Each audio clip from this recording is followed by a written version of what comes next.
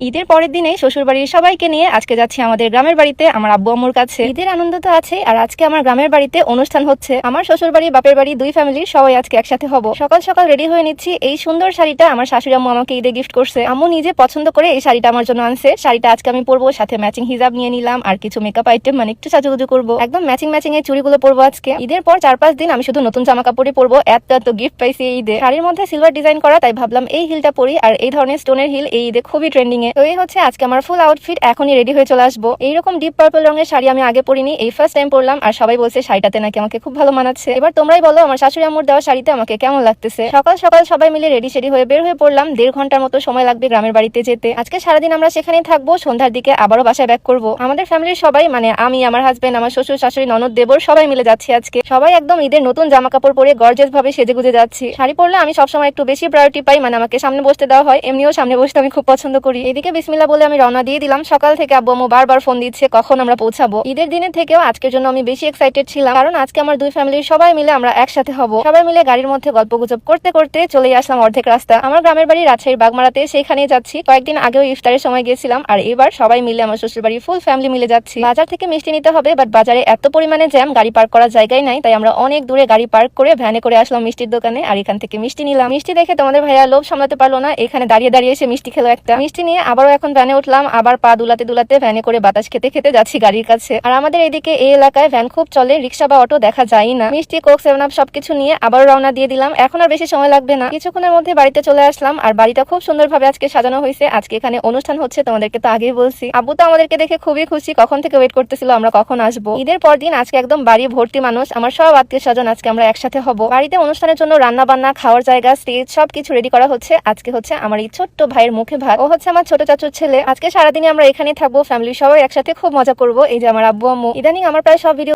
এদিকে রুমে বসে বসে ডালা সাজাচ্ছে। এইসব কাজ আবার ও খুব ভালো পারে, কি সুন্দর করে খাবারগুলো সাজিয়ে ফেলছে। আর এই যে আমার ছোট্ট ভাই, তারই মুখে ভাত আজকে। সবাই আমার ছোট্ট ভাইটার জন্য দোয়া করে দিও, আর মাশাআল্লাহ বলতে ভুলবা না। আমরা আসার পরপরই রান্না বান্নাও শেষ, গরুর মাংস, ডাল, ডিম অনেক কিছুরই আয়োজন করা হয়েছে। আর সবাই দিকে খাওয়া দাওয়া শুরু করে দিছে। আজকে সারাদিন আমরা এখানেই কাটাবো, খুব মজা করবো। তবে এই ছোট্ট ভিডিওটা এখানেই শেষ করছি। সবাই ভালো থাকো, দেখা যাবে নতুন কোনো ভিডিওতে। সবাইকে আল্লাহ হাফেজ, আসসালামু আলাইকুম।